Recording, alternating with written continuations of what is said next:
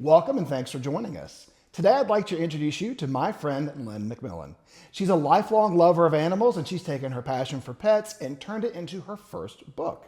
It's called CAT TAILS ZIGZAG and follows the adventures of her real-life friend Zigzag the cat. And Lynn's here to tell us all about it. Lynn, thank you so much for being here today. Well, thank you for having me here. Oh, it is absolutely my pleasure.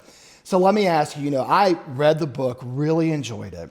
And, it seems clear to me that you really have a love for animals, but of all the animals you've loved and had relationships with, you decided to write a book about Zigzag. So what made this cat so special to you? Well, it's kind of interesting. The cat has been part of my life for 20 years. And as she got very elderly, it was obvious that her time was getting limited. And when she passed on, I felt I had to write an obituary about her. And then I looked at that obituary and I thought, there's a book in here. Okay. And so I decided to do a book-length obituary. I was so sad that she had passed. Yeah. And I just didn't want how wonderful she was to get away. I wanted the world to know. So I'd love for you to tell us about sort of the types of folks that you feel like would really enjoy the book and get a lot out of it. I wrote it for children and for cat lovers. This is actually a story of the life adventures of a real cat. And the things that are in this book actually happened. They're not made up. And my great-nephew was over at my daughter's house. I was reading the first couple of chapters to my daughter, and he was listening in. He must have been 9 or 10. And he said, "Would you come and read the book to my class?" Which I thought was really even more interesting, that he realized that his friends would probably enjoy it also. And in fact, I think you have shared that this is a book that you hope people will read out loud, whether it's to themselves or even to children, things like that. Is that right? Yes. And Okay. I think that people really will enjoy hearing something read out loud. So often when we read things, we just quickly scan over.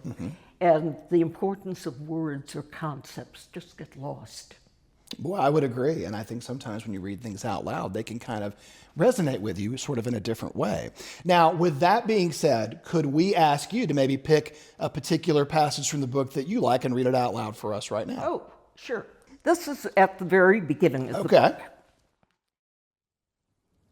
I was found at the base of a tree in a park in Arlington, Texas. I was very little. I must have been only 3 or 4 months old. It had rained all morning, and I was cold and wet and covered with mud. I needed help. A lady was walking nearby. I meowed. It does sound like you could put any group of, 6, 7, 8-year-olds in a little circle and read that. And I have a feeling they would really be kind of entranced by where that story might be going. I would hope so. Absolutely. Absolutely. Now, you had a lot of challenges, personal challenges, while you were working on this book. And can you tell us a little bit about that? Oh, I was having some health problems. Okay. I ended up in the hospital. I hadn't planned on it, but that's the way those things go. And the next morning, I felt great. And I'm going, I have all these ideas. I just, I've got to write these down. In the bathroom, actually, there were paper towels. And so I pulled out a number of paper towels and I started writing because I didn't want to lose my ideas. That seems like an amazing level of determination. And if I hadn't written those ideas down, I was afraid I was going to lose them. And so, instead, I scrawled over my paper towels, which I still have because I've kept notes for future books I want to write. So, of course, the book is laid out chronologically from the time you meet Zigzag and all the way through Zigzag's life. And that's a span of, I think, about 20 years, right? So how did you recollect all that? I guess I have a good memory. I would guess so. I never wrote, I don't diary. I'm not very good about that kind of thing. But I think some of the episodes just were so dramatic that they stuck in my mind. And as I thought about what I wanted to write about the cat, it was really those memories. Was there anything in the book that was maybe more heartfelt, maybe more touching, maybe more difficult to put in words? I think probably the second and last chapter, where at this point Zigzag is coming to the end of her Earth life. Yeah. And there are things that she wants to do before the end comes. And I got to a certain point and I just cried and cried. I can see why, yeah. You know, it's probably a couple of years since I envisioned the story. Right. And I still have problems when I get to that part, if I'm reading out loud, that it's sort of like, oh, the tears start falling, because it just broke my heart to see her at the end of her life. If you've ever owned a pet, it is one of the most relatable things, I think, of what it's like when the pet is at that stage, right, of its life. It's difficult. Yeah, absolutely. If you have someone that reads the book, what are you hoping they take away from it? Like, whether it's a child or an adult, what are sort of some of the themes or the feelings that you're hoping that they're going to feel and relate to?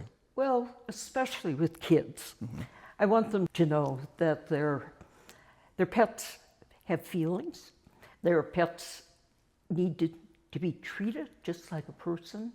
Their pets have a mind of their own. Yeah. And, you know, you have to work with each animal that you have. Everyone's different. Everything that's in the book is really from Zigzag's perspective as a cat. Okay. And it is something that I would really like the readers to realize, that cats are more than just 4 feet plodding along and sleeping in a sunbeam. They're much more complicated than that. And I think that's just a good lesson in general for children, how to be kind towards all living things. I think it's just a good lesson for any small person. And I think that's a lovely way of putting it, too. I want to thank author Lynn Macmillan for joining me today to talk about her new book, Cat Tails Zigzag. If you'd like to read all about the adventures of Zigzag and her furry friends, Cat Tails Zigzag is currently available at Amazon.com or at Barnes & Noble. Thank you for listening in. I hope you enjoyed the story about Zigzag and her many true life experiences. Thank you.